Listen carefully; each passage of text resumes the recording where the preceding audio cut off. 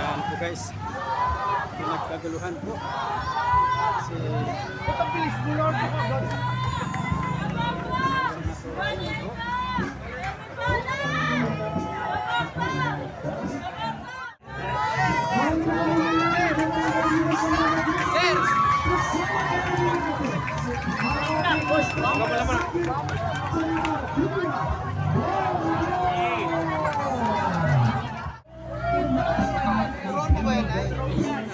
sige po.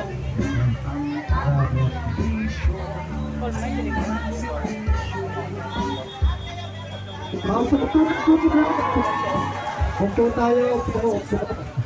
Oo, upo muna tayo. No? Once again, sa palakpakan naman para sa ating minamahal na Senator Kuya Bongo. Sa pagkakataon naman ito, ibigay na natin ang mikropono para bumati sa inyo ngayong araw ang ating minamahal na Mr. Malasakit, Senator Bongo. Sandali, supply muna ako. Magandang hapon po sa inyo lahat, mga kababayan ko. Maraming salamat po sa inyong lahat, mga taga Pleasant Hills sa Mandaluyong, Pleasant Hills pala. Pleasant Hills dito po sa Mandaluyong. Kumusta po kayong lahat rito sa Pleasant Hills? Marami po ako rito sa Mandaluyong. Nabanggit ko kanina kay Barangay Captain. Dito po ako boy bisita noon sa mga sunugan sa Addition Hills. Taping nasusunugan yung Addition Hills noon, ang Pleasant Hills po, first time daw po, no? Kaya una kong tinanong kay Kapitan Mark Reniel Evangelista, ang tinanong ko ay meron bang nasaktan at meron bang nasawi? Wala naman po. So sabi ko sa kanya, mga kababayan ko, tandaan natin, ang gamit nalalabhan. Ang gamit, nalalabhan yan. Ang gamit nabibili. Ang pera kinikita. Pero ang perang kinikita ay hindi nabibili ang buhay. A lost life is a lost life forever. Importante, buhay tayo. Magtulungan po tayo, mga kababayan ko. Ako naman po, gaya ng sinabi ko noon sa inyo, sa kaya po ng aking katawan at panahon, pupuntahan ko po kayo na sunugan, nabahaan, lindol, putok ng bulkan, bagyo, sa kaya po ng aking katawan at panahon, ay pupuntahan ko po kayo. Tulungan lang po tayo. Meron lang po akong dalang konting tulong po sa inyo sa abot ng aking makakaya. At sa ating mga lola nandito, may dala na po ang wheelchair at sungkod sa inyo. Makatulong man lang po sa inyo. Sabi ko nga, kung may kailangan kayo, kung ano pang pwede kong maitulong sa inyo, magtulungan lang po tayo. Mahal na mahal ko kayo rito sa Mandaluyong. Alam niyo naman po yan. Noon pa sa panahon ni former Mayor Ben-Hur Abatos, kaibigan po kami ni Sir Ben. Si Chairman Ben noon pa, last term. And of course, kanyang anak na naging kasama ko rin po noon dahil naging MMDA chairman po siya noong panahon ni former President Duterte. And of course, si Mayor Menchi Abalos, so Vice Mayor Anthony Suba, salamat po. Congresswoman Queenie Gonzales, palakpakan rin po natin sila lahat. And sa Abalos family, maraming salamat po. And of course, sa ating mga barangay officials, ating by Barangay Captain Mark Reniel Evangelista, ang aking kaibigan. Nakita niyo kami noon, napasyal na po ito ng Davao. Salamat po, Kapitan. Kagawad Rose Warren Evangelista, palakpakan natin. Kagawad Desiree Sincero, Kagawad Rosemary Villagracia, Kagawad Jesus Jaime Sudario, Kagawad Menandro Ariola, Kagawad Fernando Gabino, FK Chairperson William Wallace Evangelista, Kapitan Froilo Evangelista, Barangay Captain po ng Barangay Maway, kapatid po ni Kapitan. Saan siya? Kapitan, ayun tawid na barangay, Evangelista family, salamat po sa inyo. Tulungan lang po tayo. Salamat sa inyong pag-responde agad. And of course, ang ating mga kapulisan, headed by Police Colonel Reyna Napatam, Director. Salamat po, palakpakan natin sila. Ang ating NHA, Rosemary Dimagmalio, palakpakan rin po natin. Mag-assessment rin po ang NHA para sa programang EHAP, yung mga magka-qualify, pambili po ng housing materials po. Mag-assessment po ang ating NHA. Palakpakan rin po natin ang ating NHA. Mga kababayan ko, ako po ay isang Bisaya, Batanggenyo. Pero matagal rin po akong nanirahan dito sa Maynila. 10 years rin po. Mag-aaral pa ako. Diyan lang po, yung Mandaluyong, dito po ako dumadaan noon sa Show Boulevard. Kasi nung nag-aaral pa po ako dito sa Maynila, dumadaan kami dyan sa Calentong. Nung sa Green Hills naman po, yung sa Ortigas, dyan sa Show Boulevard. Parati po ako napapagawin dito. So malapit po sa puso ko yung mga taga Mandaluyong. At si Tatay Digong, dyan nga po nakatira sa San Juan noon, di ba, sa Pigibara. So parating kami dumadaan po dito. At ang shortcut dito sa Mandaluyong. At talagang parati, turing niyo po akong kapitbahay ninyo. Taga Quezon City po ako noon. At Bisaya po ako na Batanggenyo. Taga Mindanao po ako. Maraming taga Mindanao dito. Sino taga Mindanao dito? Ayun, taga Mindanao, mga Bisaya. O, yun po. Bisaya. Taga Agusan, Del Sur, Matina, Davao, taga Davao, Mahingapon. Sino mga buhangin, silingan ta. Sino mga taga Bisayas? Mga Bisaya, mga Bulanon, mga Waray. Ay, ako Waray kwarta. Waray kwarta din, pero sige lang. May konting tulong naman ako, may pagkain po ako sa inyo at konting pang-ulam naman po mamaya. Sino mga Ilonggo dito? Ilonggo. Ayun, mga Ilonggo. Lahat ng Ilonggo, pinsan ko. Kasi ang tawag sa inyo, Ilonggo. Ang pangalan ko, Bongo. At sa mga Bicolano, maray na aldaw sa inyo. Sa mga Ilocano, na impag na balim sa inyo. Salamat po sa inyo. Sino mga taga Mountain Province? Wala, taga Benguet, mga doon sa Cordillera. Salamat ha, ginawa niyo ako number 1 doon. Kahit na taga Mindanao ako, number 1 ako sa Vizcaya. At meron ako nakitang isang bata doon niya. Joshua, kumain ka na? Burger? Meron na? Ha? Ilan taon ka na, Josh? 24. Halika, may regalo ako sa iyo.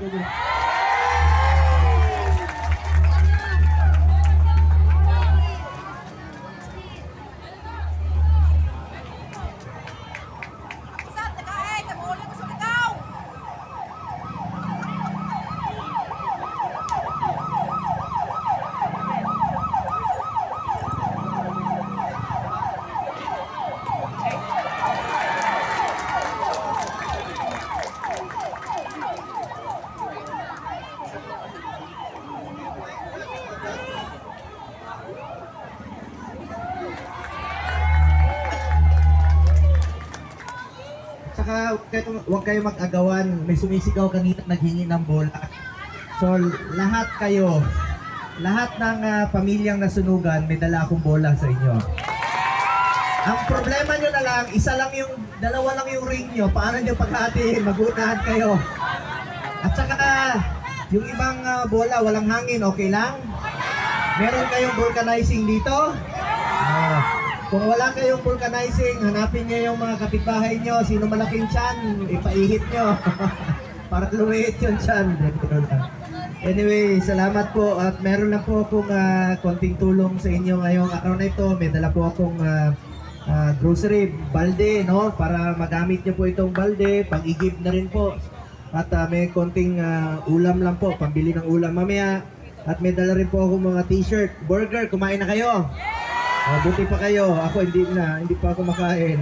May dala rin po akong bola para sa inyo. Lahat may t-shirt. At may vitamins po akong dala sa inyo. So lahat kayo may vitamins. Ito po. So inumin nyo po itong vitamins sa pampalakas po ng inyong resistensya. At meron din po ako, meron nagbigay sa akin ng mga chichirya. Ipamigay ko na rin po dito sa inyo. So iba't ibang items po yan. Konting tulong lang naman po ito mga kababayan ko sa inyo. At masaya po ako na makapiling kayo ngayong araw na ito. Sabi ko sa inyo, hindi po matiis na nakaupo sa opisina habang kayo po nangangailangan ng tulong. Pinupuntahan ko talaga kayo kanina, nagmotor po ako papunta rito para walang traffic. nadaanan ko yung isang nagtitinda, nagmumotor ng titinda ng siomay. Binilihan ko.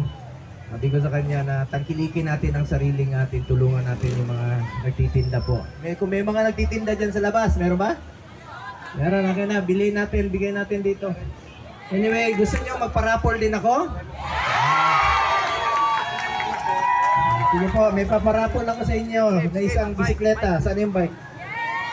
Pasensya na, masikip yung daan. Ito. Yung bike, pwede nyong gamitin papunta ng Tarlac. Pero huwag kayong magpagitna sa highway. Delikado po sa highway. Saka huwag nyong kalimutan magdala ng pambili ng gulong. Pagdating sa Tarlac, pud-pud ng gulong. Gusto nyong dumami yung bike? Sige, hatiin nyo. Tag-isang gulong kayo.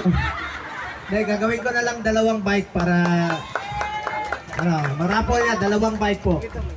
Para naman kung sino manalo, gamitin nyo sa trabaho. At meron rin po ako ipaparapol na cellphone para sa inyo.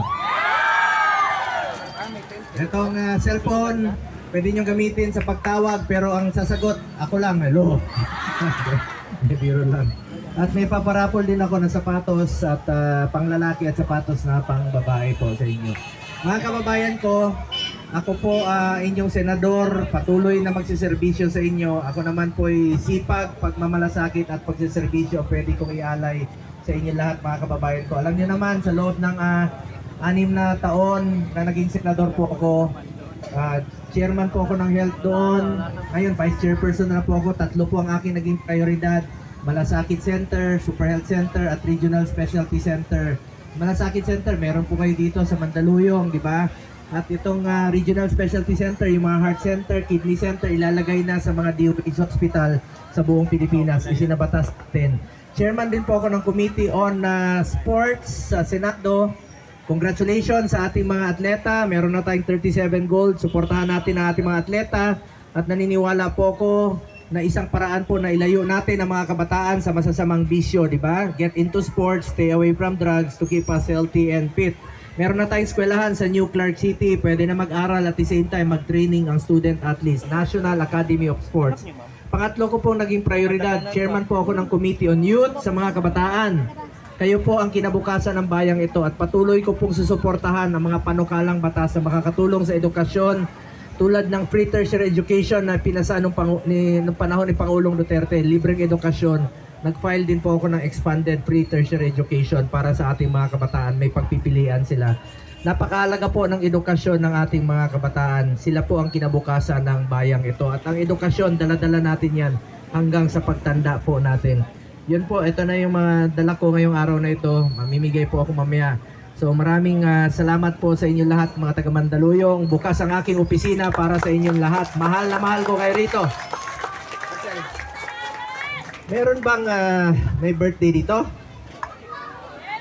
Sino? Yung araw na to, yung totoo lang, meron?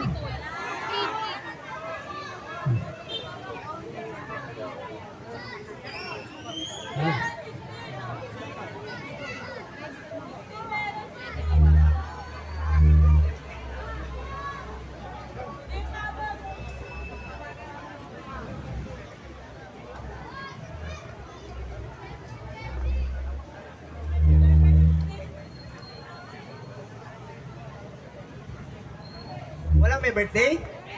Sana? Sana? Umalis? Umalis? Halika rito. May regalo ko sa iyo. Sayang. Huwag kayo magagawa na may lahat sila may bola, no? Lahat kayo may bola, ha? Lahat kayo may bola. Lahat kayo may t-shirt. Lahat kayo may bola. Inaantay ko yung may birthday. Ano pa? Mamaya na lang, pag nandirito na yung may birthday, lapitan nyo lang ako. Yung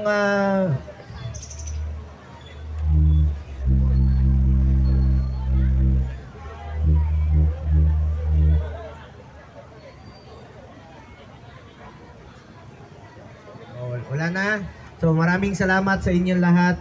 Sana po'y magkita muli tayo pag napasyal ako rito. Wag naman yung nasunugan, no? Nalulungkot po ako tuwing may nasusunugan. Kung meron may sakit sa inyo, nangangailangan ng tulong sa pagpapahospital, sabi lang po kayo, bukas po ang aking opisina para sa inyong lahat sa abot ng aking makakaya. Magtulungan lang po tayo. Napakalaga po sa akin ang kalusugan ng bawat Pilipino. Health is wealth.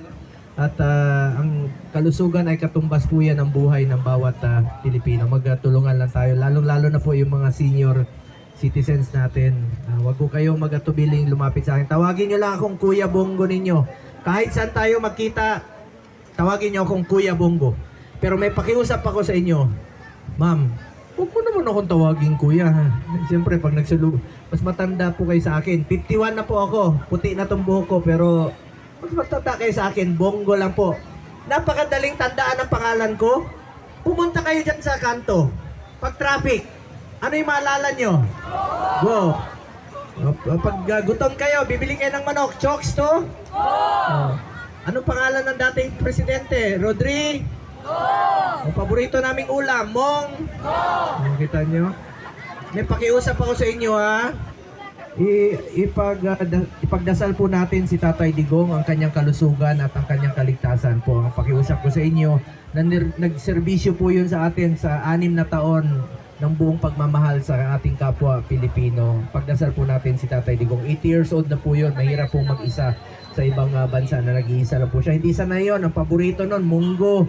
Wala ang munggo doon eh. At saka, paboritong prutas nun, migo rin, mang.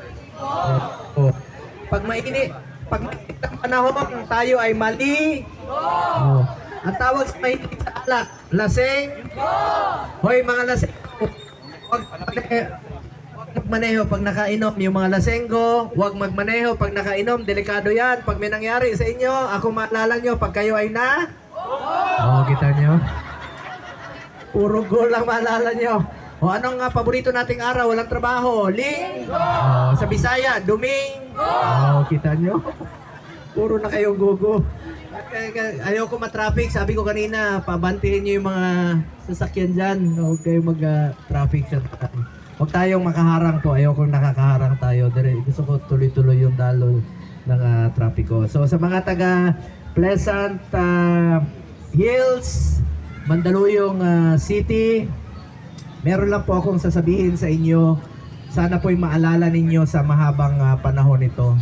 Mga kababayan ko, minsan lang tayo dadaan sa mundong ito. Kung ano pong kabutihan o tulong na pwede natin gawin sa ating kapwa, ay gawin na po natin ngayon dahil hindi na tayo babalik sa mundong ito. Isang beses lang tayo dadaan sa mundong ito. Ang bilis po ng buhay natin, mga kababayan ko. Kaya gawin na natin ang ano yung makakatulong at makakabuti sa ating kapwa Pilipino. At ako naman bilang inyong senador, meron akong paalala sa ating mga kababayan, lalong-lalo na sa mga kasamahan natin sa gobyerno. Sabi ko nga, imbis na ginamit yung pera sa flood control, ginamit sa korupsyon, dapat po ginamit na lang pantulong sa tao, pampagawa ng hospital, pampagawa ng mga classroom. Kaya huwag tayong pumayag na hindi po managot yung dapat managot. Ikulong po yung mga korap, ikulong yung mga buhaya po. I am one with the Filipino people in this campaign and crusade against corruption in government. Dapat makulong talaga yung mapagsamantalang yun. Totoo lang po, naawa ako sa Pilipino. Naawa ako. Marami pong naghihirap. Marami na kailangan ng tulong. Habang yung iba po, pinagsasamantalahan ang gobyerno po. Dapat makulong to at matapos tong gulong ito. So salamat po sa inyo lahat mga kababayan ko, sa mga kababayan ko rito sa Pleasant Hills, Mandaluyong. Magtulungan lang po tayo at magmahalan po tayo. Merry Christmas and a Happy Healthy New Year po sa ating lahat. Ang wish ko ngayong susunod na taon, makarecover kayo at gusto ko ng maayos na kalusugan sa bawat Pilipino. I wish you all a Merry Christmas and a Happy, Healthy New Year po. Mahal na mahal ko kayo dito. Salamat po.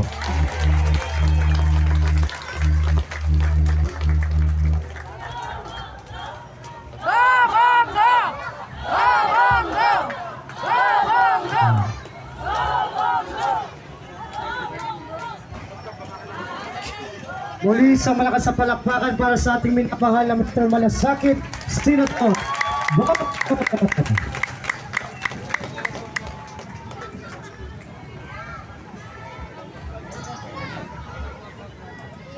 At sa pagkakataon nito, siyempre kasama rin natin ang ating Kapitan Renz Evangelista at Kapitan Froilo Evangelista.